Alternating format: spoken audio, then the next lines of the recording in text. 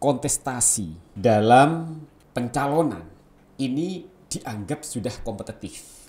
Artinya persaingan sangat ketat. Tiga tokoh ini selalu persaingannya selalu ketat.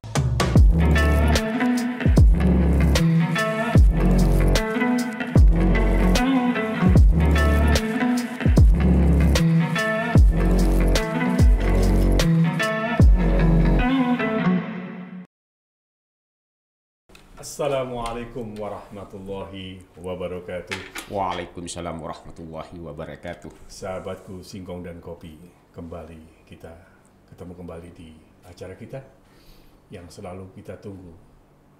Kita ngobrol santai tetapi yang bermanfaat, dan saya Haji Norman akan selalu menemani kita semuanya. Alhamdulillah kita ditemani narasumber saya, Direktur Eksekutif Akurat Research Konsultan Indonesia, Mas Bayhaqi. Assalamualaikum. Waalaikumsalam warahmatullahi wabarakatuh. Sengaja beliau saya hadirkan kembali karena situasi konstelasi politik kita menjelang 2024, walaupun masih 1 tahun lagi, akan tetapi situasinya sudah mengarah mengkristal kepada siapa dan bagaimana koalisi. Bahkan sudah semakin pasti. Bahkan yang lebih perlu kita perhatikan, Mas Bayhaqi, bahwa sahabatku Singkong dan Kopi, mereka sudah kemana-mana. Sudah ada anjang sana politik, sudah ada silaturahmi politik, bahkan statement, bahkan yang saya lihat bagaimana mereka membuat sebuah kegiatan yang tentunya pencitraan yang luar biasa. Mas Bayhaqi, tanggal 12 besok, kurang berapa hari lagi, ARSI akan merilis bagaimana kekuatan daripada para kandidat calon presiden. Mereka yang akan masuk Istana Merdeka. Betul. Bagaimana? Begini. Ini kita ngobrolnya santai ya? Iya, betul. Artinya pada tanggal 12 besok, Akurat Research and Consulting Indonesia akan mengumumkan hasil survei yang telah kami lakukan pada tanggal 11 April sampai dengan 25 April. Periode itu ya? Dan akan kami umumkan pada tanggal 12 Mei besok. Artinya ada pergerakan-pergerakan yang baik itu sebagai tokoh maupun partai politik, terutama yang ada di wilayah Jawa Timur. Mas Bayhaqi, sahabatku Singkong dan Kopi, memang kita dikejutkan dengan safari politik. Begitu takbir Idul Fitri dan begitu, maka para calon kandidat ini sudah mulai masuk ke pesantren, bahkan datang silaturahmi kepada para petinggi-petinggi yang ada di Jawa Timur. Betul. Demikian juga para relawan sekarang sudah mulai ada deklarasi dan lain sebagainya. Betul. Fenomena apa ini, Mas Bayhaqi? Karena begini, kontestasi. Ini sudah kontestasi nih? Kontestasi dalam pencalonan ini dianggap sudah kompetitif. Artinya persaingan sangat ketat. Bahkan cenderung sangat mepet sekali dalam hasil baik itu yang dilakukan oleh semua lembaga survei. Artinya tiga tokoh ini selalu persaingannya selalu ketat. Khususnya di Jawa Timur. Khususnya di Jawa Timur. Siapa aja tuh tiga tokoh? Tiga tokoh kalau di Jawa Timur ada 4. Ada 4? Ya, kalau Satu, di Jawa Timur Prabowo, Prabowo. Tentunya. Yang kedua? Kemudian Ganjar Pranowo. Kemudian Khofifah. Kemudian Anies Baswedan. Nah, tetapi di antara tokoh-tokoh ini harus jeli untuk mengambil wakil. Itu. Pasangannya. Itu loh. Salah mengambil pasangan, maka wassalam, menunggu 5 tahun yang akan datang untuk mengikuti kontestasi lagi, kan begitu? Ya. Mas Bayhaqi, tentunya kalau sahabat-sahabatku Singkong dan Kopi menilik daripada bagaimana peta Jawa Timur, jumlah pemilih di Jawa Timur cukup signifikan. Bahkan berkejaran dengan Jawa Barat. Jawa Barat. Tempatnya Mas Ridwan Kamil. Iya. Begitu. Tapi ini ngomong-ngomong, Mas Ridwan Kamil kemana nih? di Jawa Timur terpantau tapi masih agak di kisaran tengah ke bawah. Cak Imin bagaimana? Cak Imin setelah mengeluarkan statement agak turun. Oke. Ya. Jadi Cak Imin harus rela untuk semakin bergerilya lagi. Bergerilya lagi. Ya. Mas Bayaki. Ya. Tentunya ini tergantung kepada elektabilitas. Bagaimana Arsi melihat persoalan ini sehingga kenapa yang menjadi pertaruhan itu justru elektabilitas? Karena elektabilitas ini adalah untuk mengukur seorang calon. Oke. Ya.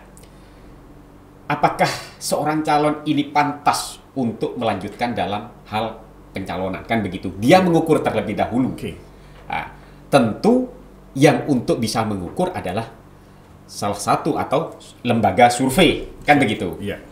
Artinya, kalau seorang calon itu mempunyai elektabilitas tinggi, maka tidak menutup kemungkinan partai-partai politik akan melirik pada tokoh itu, kan begitu? Ya. Apalagi di Indonesia tidak ada satupun partai politik yang bisa mencalonkan presiden. Ya. Harus membutuhkan koalisi. Hanya PDIP ya?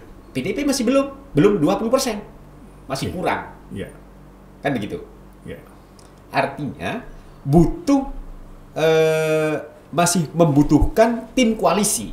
Oleh karena itu tim koalisi ini membutuhkan seorang calon yang punya elektabilitas tinggi. Oke, artinya begini, persoalan koalisi tadi terlepas dari persoalan gugatan MK tentang presidensial threshold nanti jadi 20 atau malah turun atau malah dinaikkan, wawalan bisawab.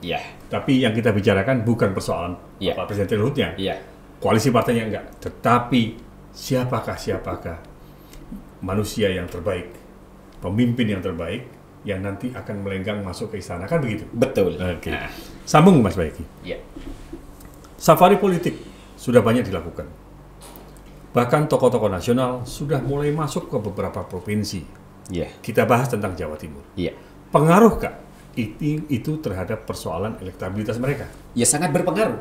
Oke. Sangat berpengaruh sekali.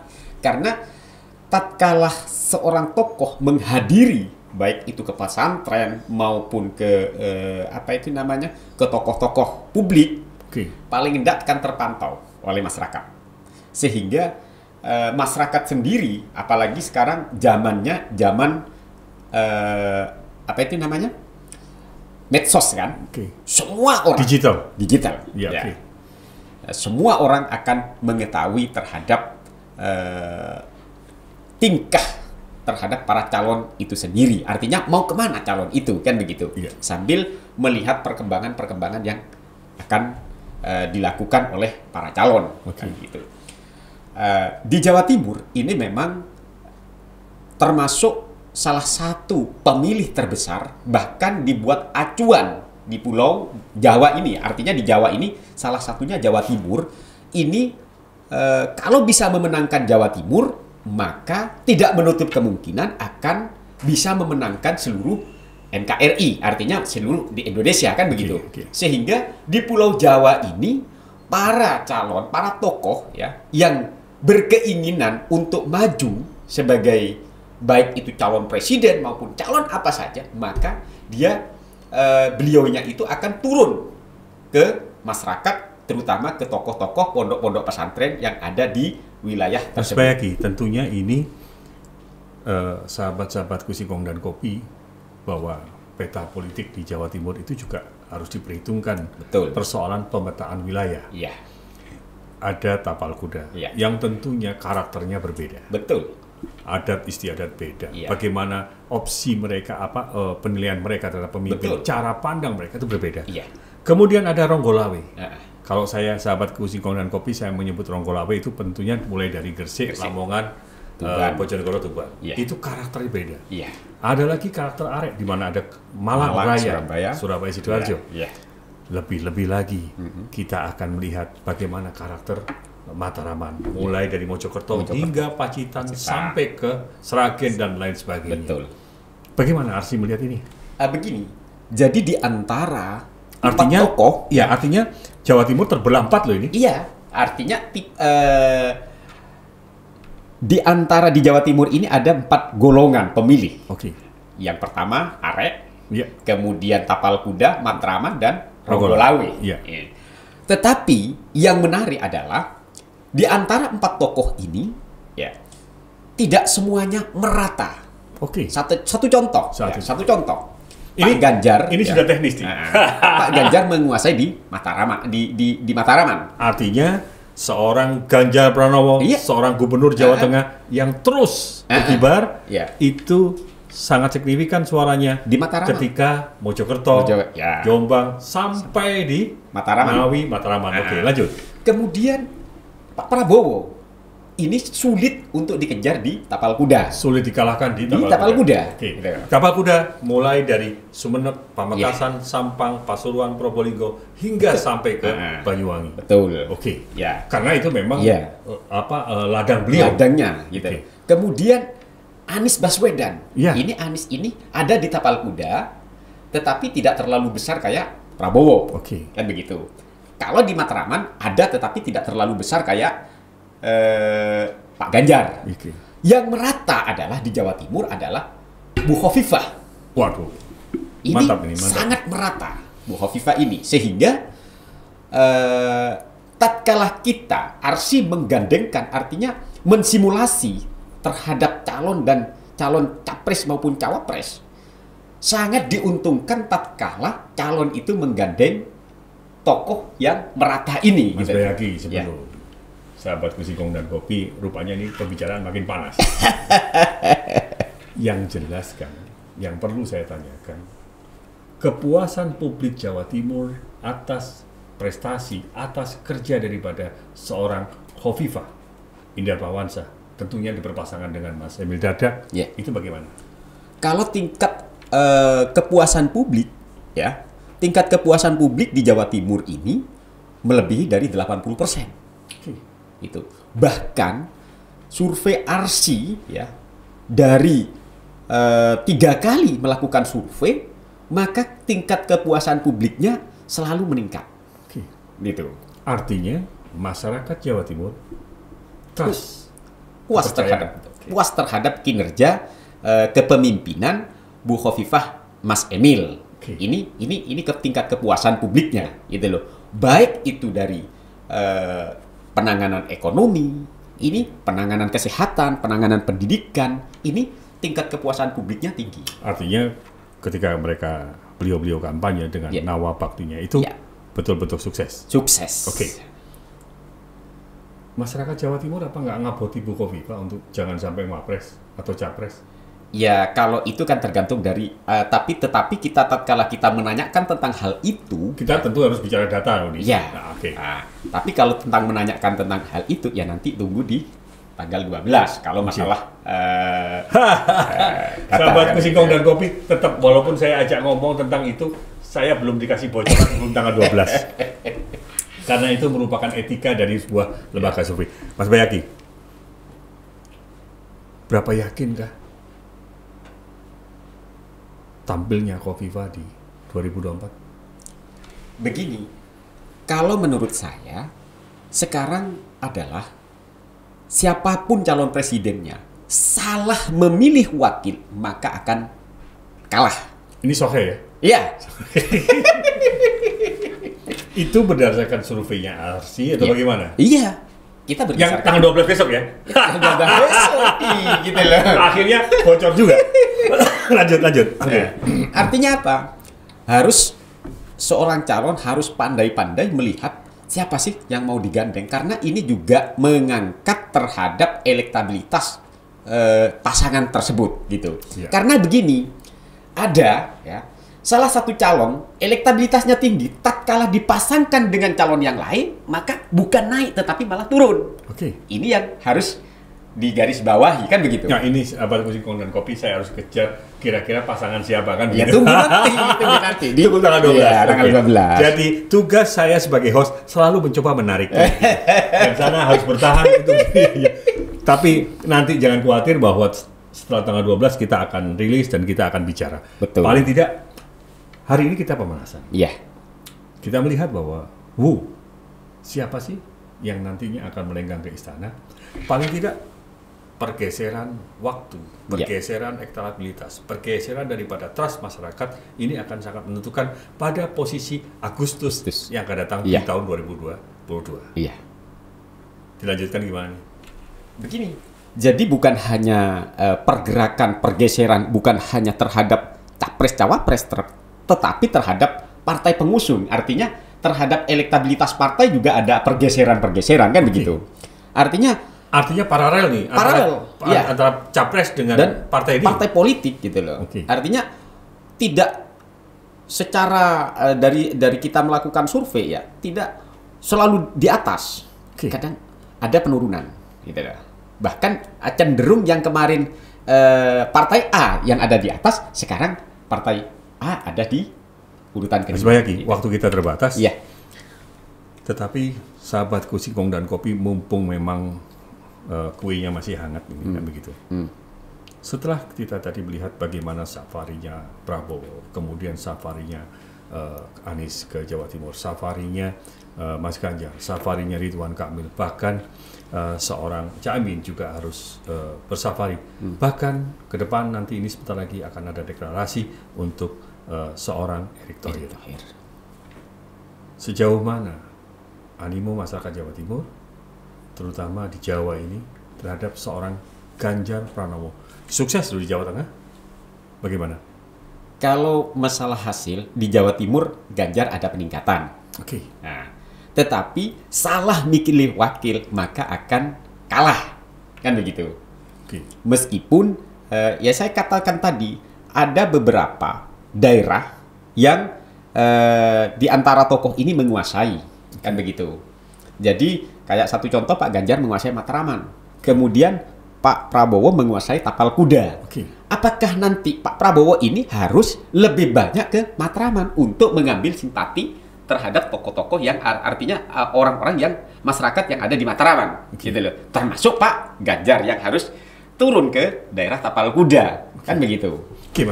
Mas Bayaki, Mas Ganjar demikian bagusnya. Kemudian opini masyarakat Jawa Tengah juga bagus. Beliau tegas terhadap persoalan-persoalan korupsi. Beliau bergerak tegas kepada persoalan-persoalan yang terjadi pungli di masyarakat. Dan masyarakat banyak sekali mengidolakan, terutama di Jawa Tengah. Dan Jawa Timur pun ada. Artinya bahwa Arsi melihat prospek seorang Ganjar Pranowo untuk maju ke Pilpres dan duduk di istana tahun 2024 secara khusus bagaimana? Ya sangat berpeluang. Sangat berpeluang. Pak Ganjar terlepas daripada pasangannya siapa nih sekarang? Iya, sangat berpeluang. Asalkan ya, apalagi begini, persyaratan capres ini kan harus diusung oleh partai politik. Ya. Pak Ganjar bagaimana caranya untuk meyakinkan partai politik, gitu loh. Kalau memang partai politik yang saat ini menaungi Pak Ganjar bisa mengusung beliaunya, maka sangat berpeluang, gitu. Tetapi kalau partai politik yang saat ini menaungi beliaunya tidak bisa mengusung Ganjar, maka akan terjadi perpecahan di antara partai yang saat ini di bawah yang menaungi beliaunya, kan begitu. Ini sahabat Kursi Kong dan Kopi, Arsi masih malu-malu menyebutkan, kan mestinya harus segera disampaikan bahwa kalau partai PDIP tidak mencalonkan bagi Ganjar, apakah Ganjar selesai, kan begitu? Iya. Mas Bayaki, tadi kita sudah bahas masalah Khofifah. Kita hitung bahwa Khofifah punya seorang pengurus PBNU. Khofifah salah satu ketua daripada Banom Nahdlatul Ulama, yaitu Muslimat. Tentunya itu modal kuat buat seorang Khofifah untuk menjadi presiden atau menjadi wakil presiden. apakah itu akan dihitung oleh para calon presiden sehingga Khofifah cukup diwapreskan? Bagaimana? Kalau menurut kami, ya, Arsi, data nih ya, data nih. Menurut data, ya, artinya Khofifah ini sangat berpeluang daripada yang lain. Kenapa? Bu Khofifah adalah sebagai ketua Muslimat pusat Indonesia, yang artinya tidak diragukan lagi Muslimat itu akan mendukung ketua umumnya, kan begitu. Dan pengalaman pilkada pertama beliau, kedua dan ketiga sukses karena memang Mas Bayaki, saya mohon maaf matang, saudara-saudaraku sekalian, sahabat-sahabatku Singkong dan Kopi, saya teringat dengan sahabat saya, guru saya, senior saya, Cak Anang. Memang ketika pilkada Jawa Timur kami sama-sama bersama untuk mengusung Bu Khofifah, dan saat itu beliau mengatakan kepada saya bahwa Haji Norman, lihat suaranya, pasti modal sekian, ini Muslimat sekian, dan itu sudah tampak. Apakah Arsi masih melihat itu? Apakah Arsi masih melihat bahwa modal awal seorang Khofifah untuk maju seperti itu? Saya tegaskan dari pertanyaan saya sebelumnya tadi, bagaimana? Memang pertama, kenapa kok selalu diukur oleh elektabilitas? Maka modal pertama adalah tingkat ketenaran terhadap tokoh tersebut.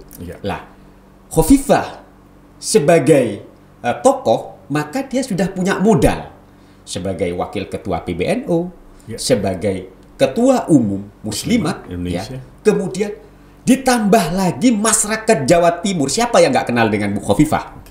Kan begitu. Artinya ini sudah cukup modal ini untuk para calon melirik terhadap modal yang dimiliki oleh partai politik, melirik terhadap modal yang dimiliki oleh Bu Khofifah. Artinya, Mas Bayaki, kita harus jujur. Ya. Siapa sih ketika kita bicara secara nasional, sahabatku Singkong dan Kopi, secara nasional, siapa rating tertinggi? Sepakat nggak? Di situ ada Prabowo. Data memang begitu. Iya. Kemudian yang kedua ada Ganjar. Yang ketiga ada Anies Baswedan. Nah, sekiranya ini, kemana Kak Khofifah harus berlabuh? Ke Pak Prabowo kah? Seorang Letnan Jenderal Purnawirawan? Ke seorang Ganjar kah? Atau ke Anies? Mana yang paling berpeluang? Ya, sangat yang paling berpeluang adalah dengan Prabowo. Ini kira-kira Arsi diundang nggak kemarin pada? Belum ada. Sahabatku Singkong dan Kopi. Karena Pak Prabowo sudah berkunjung Jawa Timur, saya khawatir Arsi sudah di sana. Kenapa Arsi melihat pasangan itu sangat ideal? Satu, Pak Prabowo punya modal partai politik. Ya, tinggal menambahi, mencari tambahan partai politik. Ya. Sedangkan Pak Ganjar tidak mempunyai partai politik. Ini pandangan realis, termasuk Pak Anies. Artinya yang sangat berpeluang untuk mengusung Bu Khofifah adalah Pak Prabowo. Lah, Pak Prabowo membutuhkan seorang wakil yang punya elektoral tinggi. Artinya punya grassroots massa yang jelas. Lah, Pak Prabowo ini sudah berapa kali mencalonkan kalau ingin beliaunya menjadi RI 1, ya, jangan salah memilih seorang calon. Kalau salah memilih seorang calon, tidak menutup kemungkinan Pak Prabowo akan kalah lagi di 2024. Artinya yang kemarin didengung-dengungkan impossible kalau Prabowo harus dengan Puan, begitu? Arsi melihat harus jujur nih. Makanya kalau sampai Prabowo dengan Puan, ya, secara partai politik sebagai pengusung sudah melebihi dari cukup. Finish. Tetapi secara elektoral kedua tokoh ini maka masih kurang.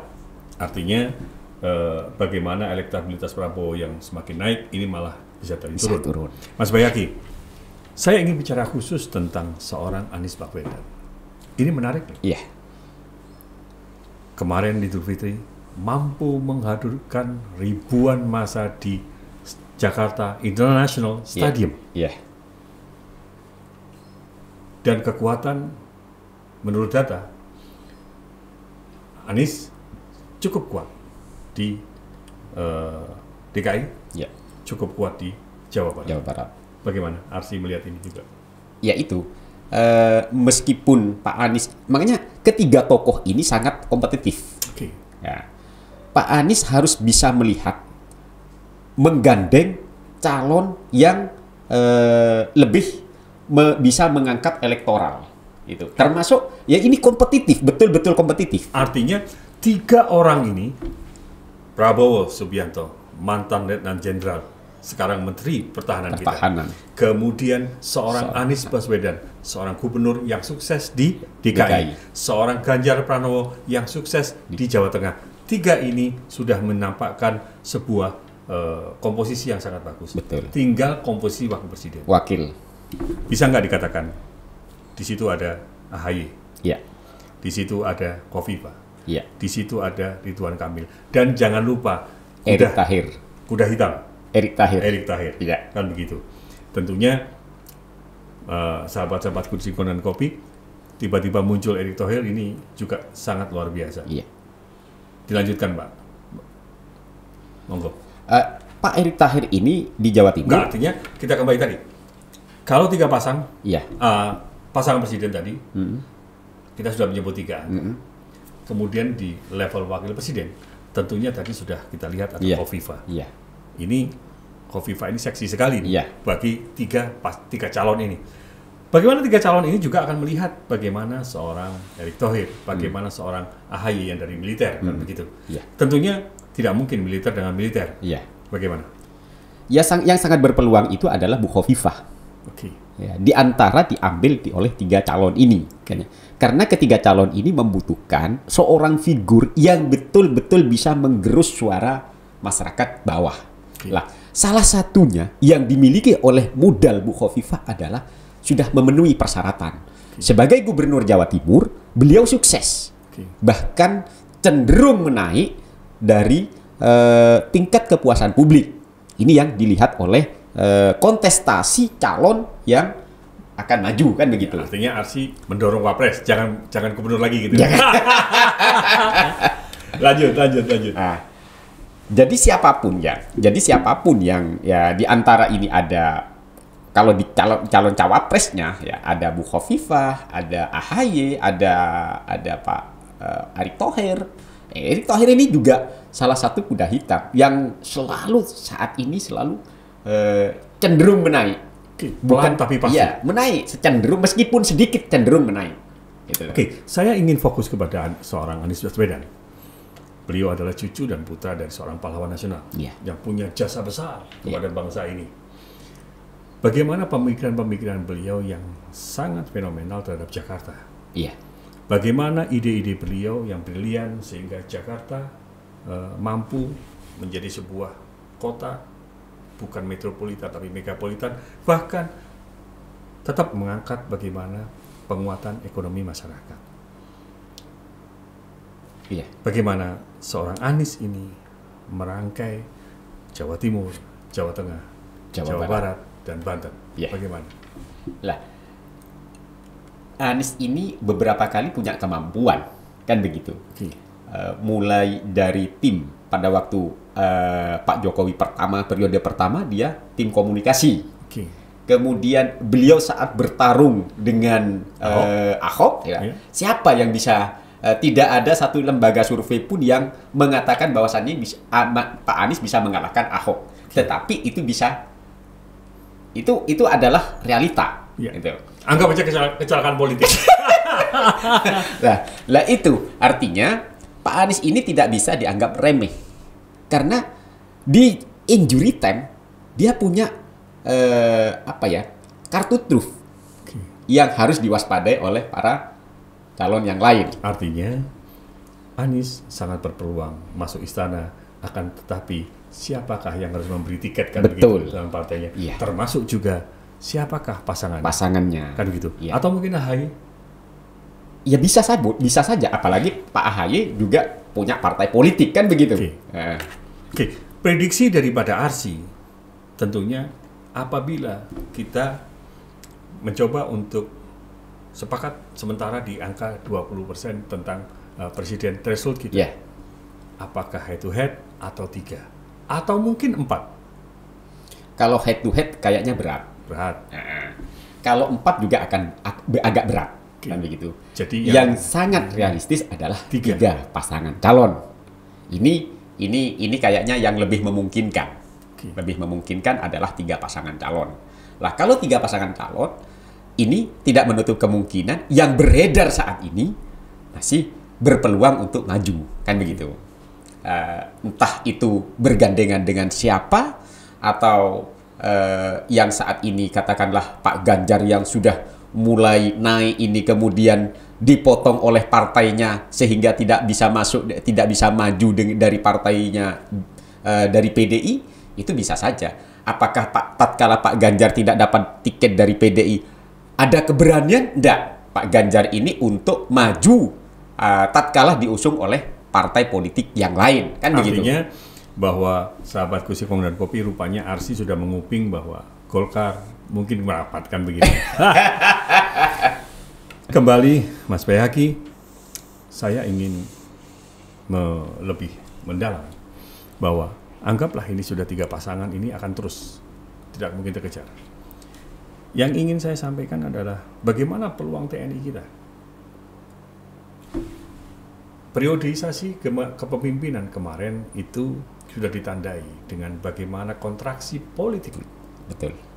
Seorang Jokowi dari wali kota, kemudian gubernur DKI, dengan belusukannya, dengan masuk kota. Kemudian masyarakat melihat ini sesuatu yang unik. Unik, betul. Kan begitu. Ke depan, pencitraan itu bukan. Seyakin itukah Arsy tentang kontraksi politik tadi, sehingga 2024 akan ada perubahan daripada peta kita melihat seorang kepemimpinan. Artinya begini, di 2014, 2019 ya, memang pencitraan dari belusukan itu kayaknya lagi tren. Lah di 2024 kayaknya belusukan ini sudah mulai tertinggal. Gitu. Sudah mulai tertinggal. Artinya apa? Harus para calon itu harus mempunyai pemikiran yang kreatif lagi, lebih daripada yang dilakukan oleh pada tahun sebelumnya, yaitu 2019. Gitu. Mas Bayhaqi, tentunya tanggal 12 itu adalah rilis resmi daripada Arsy.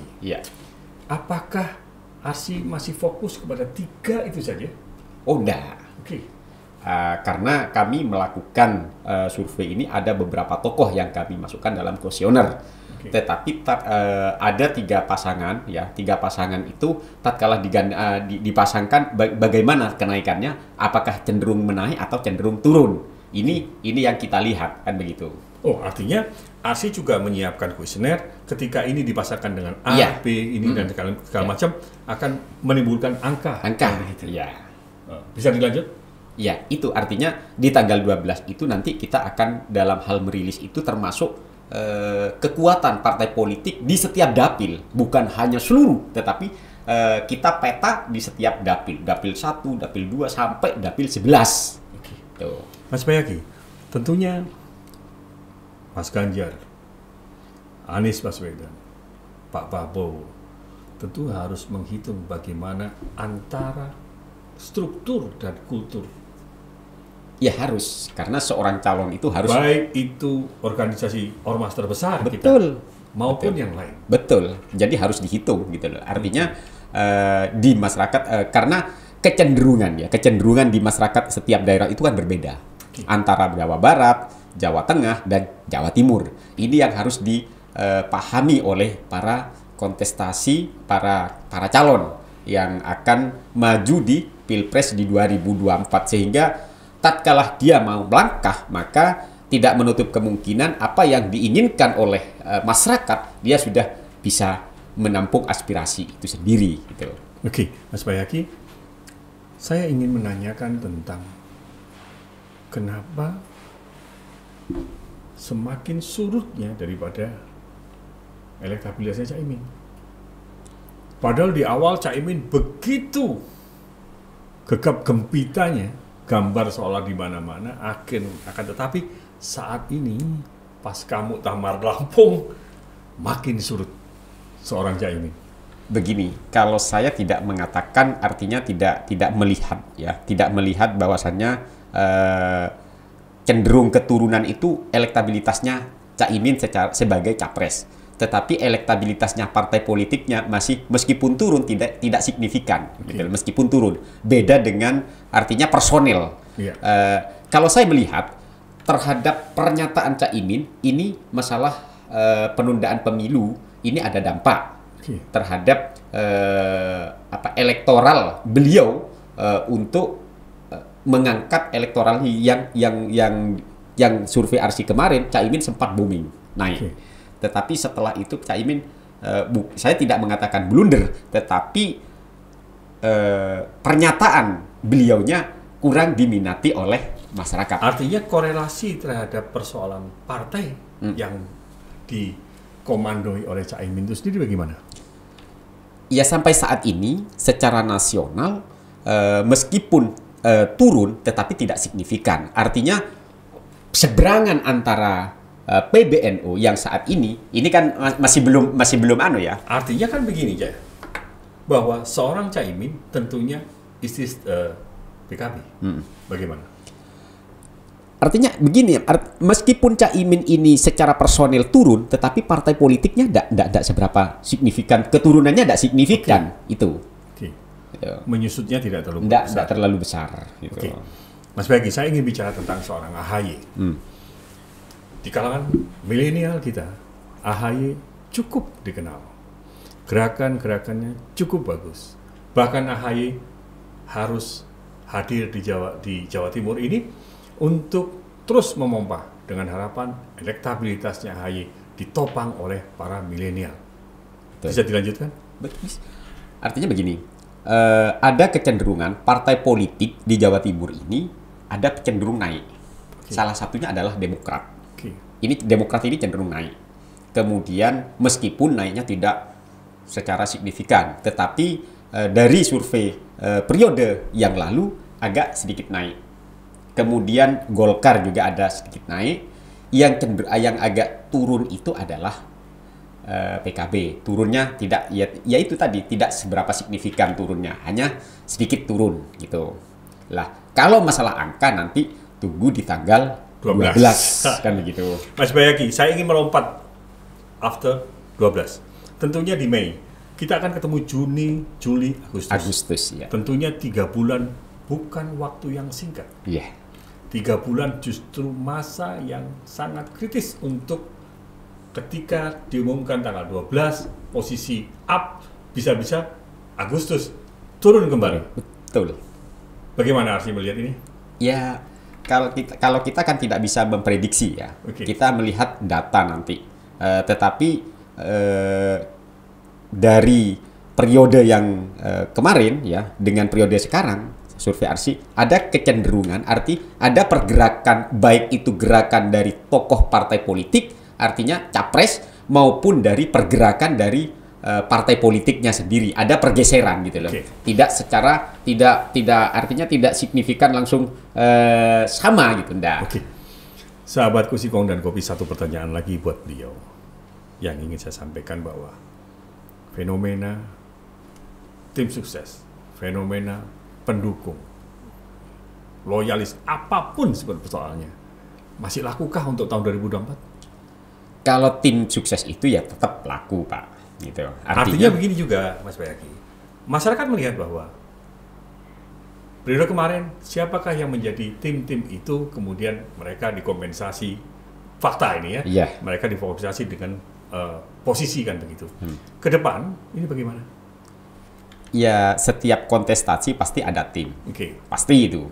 Meskipun kita memang ya ada kecenderungan kalau tim itu kalau tatkala berhasil ya pastilah ada tempat untuk tim itu ya pasti. Siapapun itu nanti itu sudah logika alam kan begitu. Siapapun calon presidennya tatkala meskipun tidak semua bisa ditampung, tetapi salah satu pasti artinya ditampung lah, ya, begitu. Sahabatku Singkong dan Kopi, ada yang menarik. Ustaz, bagaimana temuan Arsi tentang persoalan arus bawah? tadi ini pembicaraan sebelum kita resmi podcast, Mas Bayaki melihat bahwa calon-calon ini, baik itu seorang Prabowo, seorang Anies, seorang Ganjar, seorang Khofifah, seorang Erick Thohir, ini kan harus direct langsung dengan masyarakat yang di bawah. Betul. Karena ada pergeseran loh sekarang. Kalau dulu tim sukses tim ini kan gitu, yang namanya apapun gitu ya, walah liwa jemainahnya gitu, ini ada pergeseran. Itu Arsi loh yang melihat. Bagaimana? Artinya para calon itu harus lebih cerdik lagi untuk membaca situasi yang ada di bawah. Tidak hanya percaya terhadap laporan-laporan yang ada di lingkungannya, tetapi harus lebih kreatif untuk turun kepada tokoh-tokoh yang ada di warga, artinya untuk menaikkan elektoral beliau. Karena saat ini adalah para tokoh, yang ditokohkan di lingkungannya itu lebih cenderung lebih laku daripada tim yang ada di luaran, kan begitu. Sehingga para tokoh itu, para calon itu harus lebih jeli untuk melihat tokoh di lingkungan, untuk paling hendak diajak bicara atau langsung turun apa kemauan masyarakat yang ada di sekitar. Artinya kan bahwa calon-calon ini juga harus melihat potensi yang di bawah. Iya. Begitu. Betul. Tidak saja calon-calon ini ada dibentuk tim, ada dibentuk tim sukses, ada dibentuk ini segala macam, akan tetapi sudah ada pergeseran loh sekarang ini. Bukan tim-tim itu, tetapi yang dibutuhkan adalah bagaimana yang mereka mampu mengkonsolidir daripada masyarakat. Mereka yang mampu membuka simpul-simpul di bawah. Betul.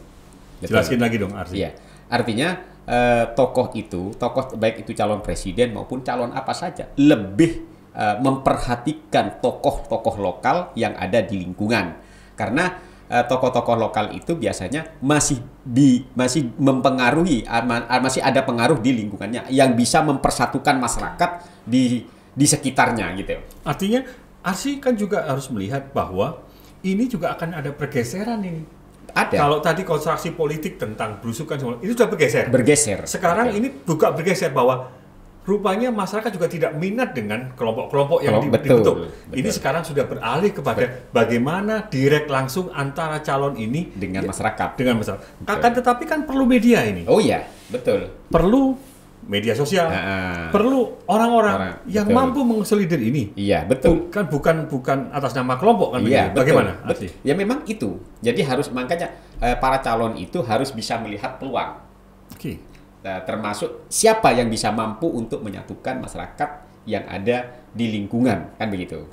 Artinya tidak saja direktur program, tidak saja direktur kreator, kan gitu, tetapi direktur penggalangan itu paling penting. Penegasan Arsi bagaimana tentang penggalangan ini? Penggalangan ini orang yang mampu untuk menyatukan kelompok-kelompok tertentu, gitu loh. Jadi ada beberapa kelompok itu harus bisa menyatukan sehingga menyamakan visi daripada calon tersebut. Gitu. Artinya sahabat Kursi Kopi dan Kopi, apabila Pak Prabowo, Pak Ganjar, Mas Anies, yang tiga itu termasuk seorang Erick Thohir harus mampu merangkul, kan begitu.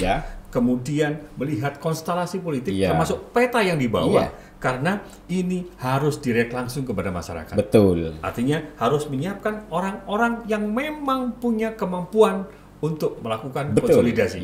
Orang yang punya kemampuan untuk menggalang daripada itu semua. Tidak atas nama sebuah organisasi. Monggo dilanjutkan. Ya artinya ditambahi. yang tadi jenengan katakan itu sangat betul. Jadi orang yang bisa menyatukan kelompok-kelompok masyarakat, bukan yang dinamakan kelompok itu bukan satu organisasi, tetapi salah satu tokoh yang bisa mengayomi masyarakat di sekitarnya. Artinya idenya bisa diterima, kemudian gagasannya juga bisa diterima. Ini yang harus didatangi, harus diakomodir oleh para kontestasi, para calon. Mas Bayaki, kita ada di penghujung. Monggo sekalian sekarang ada closing statement daripada pertemuan kita, dan tentunya mungkin bocoran sedikit sebelum tanggal 12. Silakan. Yang jelas Arsi akan mengumumkan hasil survei baik itu elektabilitas para tokoh maupun elektabilitas partai politik, termasuk tingkat kepuasan publik terhadap gubernur pemerintahan Bu Khofifah dan Mas Emil. akan kami lakukan pada tanggal 12 Mei yang akan datang. Oleh karena itu nanti kita lihat saja dari bagaimana pergerakan, bagaimana di dapil-dapil, mulai dapil 1 sampai dapil 11, pergerakan partai politik itu sampai di mana, kemudian posisinya para calon itu, bukan calon ya, artinya para tokoh itu posisinya kekuatannya di blok mana, Mataraman, apa di Tapal Kuda, sampai seberapa jauh pergerakannya. Ini nanti tunggu di tanggal 12 Mei yang akan datang. Baik, terima kasih Mas Bayaki. Sahabat-sahabat Kusingkong dan Kopi, demikian tadi obrolan kita, santai tapi bermanfaat. Yang jelas, ada beberapa kesimpulan yang ingin saya sampaikan, bahwa saat ini sudah terus naik elektabilitasnya, dan pada posisi mereka yang terus konstan, yaitu seorang Prabowo Subianto, seorang Letnan Jenderal, mantan Komandan Kopassus, kemudian mantan Pangkostrat kita. Kemudian ada muncul lagi seorang Ganjar Pranowo, seorang Gubernur Jawa Tengah yang tentunya tidak bisa disepelekan karena sukses membangun Jawa Tengah dan cukup berpengaruh di Jawa Timur. Muncul lagi yang namanya seorang Anies Baswedan, cucu putra dari seorang pahlawan nasional kita, yang tentunya DKI merambah Jawa Tengah, Jawa Timur, bahkan pasti itu ada di Jawa Barat. Tentunya juga kita melihat bagaimana Khofifah sangat berpeluang untuk digandeng dengan siapa, kan begitu. Betul. Seksi banget. Tetapi bagaimana AHY, bagaimana Ridwan Kamil, bagaimana yang lain, itu nanti kita akan bicarakan. Tentunya 3 bulan ke depan akan ada pergeseran. Betul. Dan yang paling utama, kontraksi politik ini sekarang berubah, bukan persoalan belusukan, tetapi masyarakat sudah ingin melihat sebuah fakta, kan begitu. Dan yang paling utama lagi, yang terakhir beliau sampaikan kepada saya, bahwa munculnya kelompok-kelompok bukan lagi penentu.